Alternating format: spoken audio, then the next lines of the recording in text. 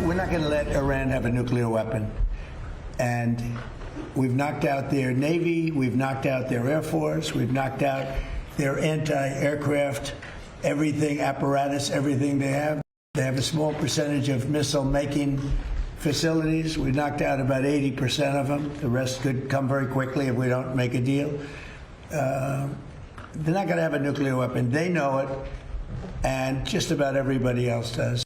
And another huge story right now that you know is our conflict in Iran. And President Trump remains resolute. Iran will never have a nuclear weapon. You heard him there.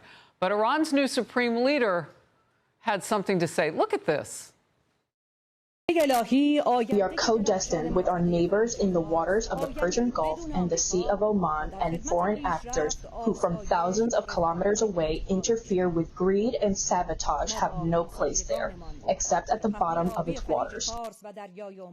The U.S. naval blockade of Iranian ports in the Strait of Hormuz is crippling Iran's economy, no doubt costing that country millions in revenue each day, hundreds of millions, and even more in potential revenue. Central Command is saying, quote, right now there are 41 tankers with 69 million barrels of oil that the Iranian regime cannot sell. That's an estimated $6 billion plus from which Iran's leadership cannot financially benefit. They are hurting. Right now, Secretary of War Pete Hegseth and Joint Chiefs Chairman General Dan Kane are back on Capitol Hill. So this is day 2. Yesterday, the House. Today, the Senate. So we will bring you the updates that are coming. You can see it live on your screen right there. We'll be right back.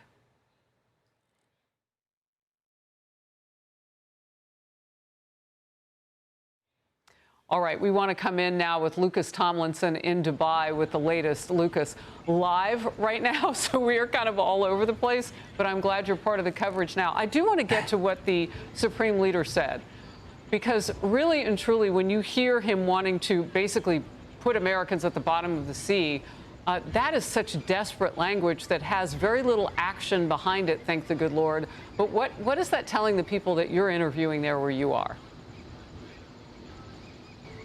Well, good morning, Harris. There was some not very diplomatic language from Iran's supreme leader, someone we haven't heard from in the past 2 weeks. In fact, since that U.S. Navy blockade was put into place, that has really caused Iran's economy to continue spiraling, millions of people out of work, millions more in poverty. Numbers and statistics that the Trump administration hopes will bring Iran back to the negotiating table. And there's quite a lengthy expose and speech from the supreme leader, perhaps whoever put that on X. I'll read some more for you, Harris. The Supreme Leader, Mojtaba Khamenei, saying, quote, Iran's new management of the Strait of Hormuz and the corresponding legal framework will secure comfort and progress for the benefit of all nations of the region.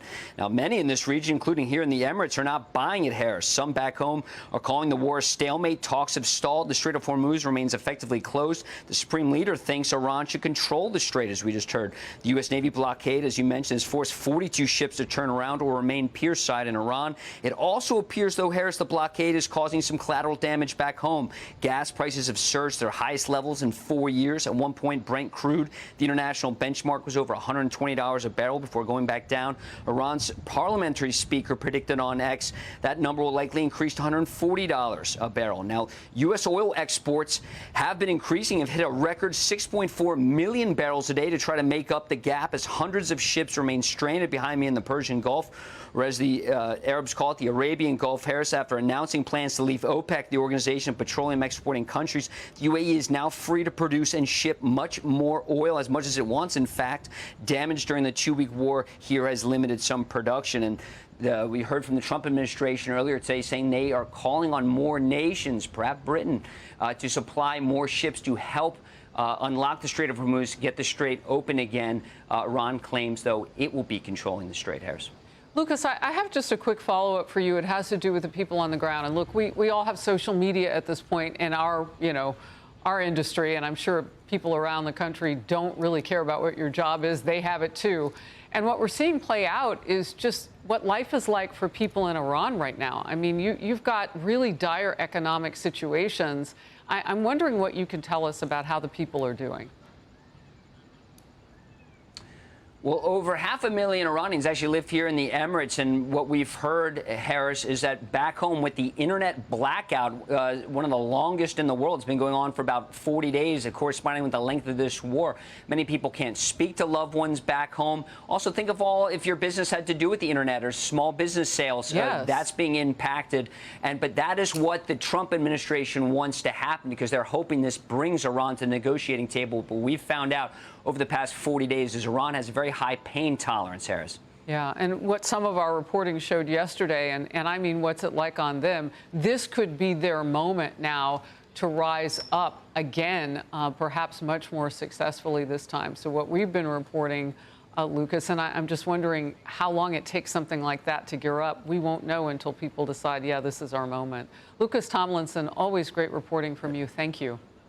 In focus now, I want to bring in retired U.S. Air Force General Charles Wald, a former deputy commander of U.S. European Command and a JINSA Distinguished Fellow. Great to have you, sir.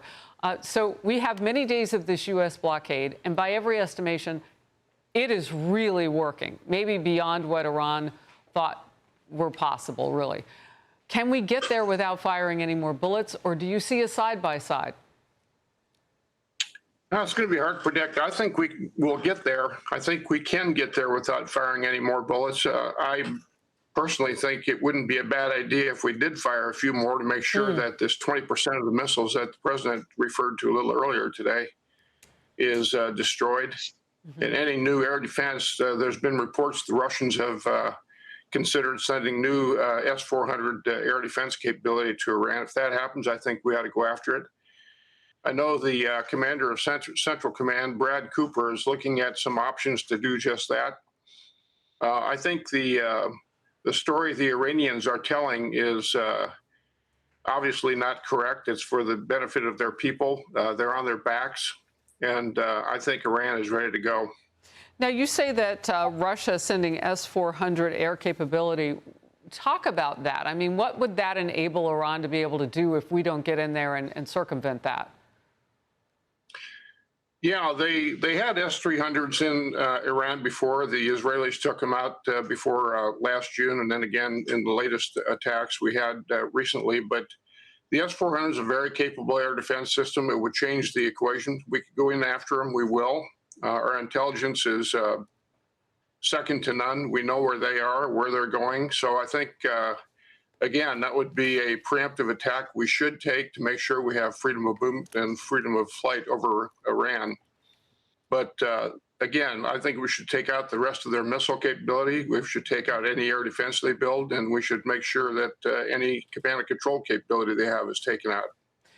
What do you think at this moment on day 23 of the ceasefire? I mean, the good news is that, you know, where our reporter was, Lucas Tomlinson, he was in Dubai. So UAE now is at least not getting hit by its at least neutral friend previously, Iran. But outside of that, I mean, what is really happening that it looks like Iran is not trying to just buy more time and isn't really seeing this as a peace, you know, as movement toward peace?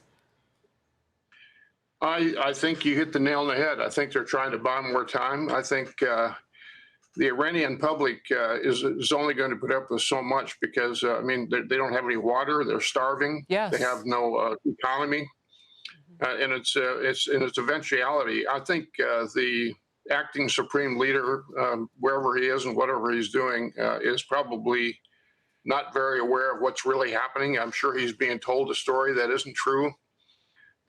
We have to be patient. I know it's hard for the American public to look at $4.50 a gallon for gas. I get that. But I think this is a time for the United States to be patient. I think the administration is doing the exact right thing. I agree with Lucas, who's a friend of mine, the way he reported this.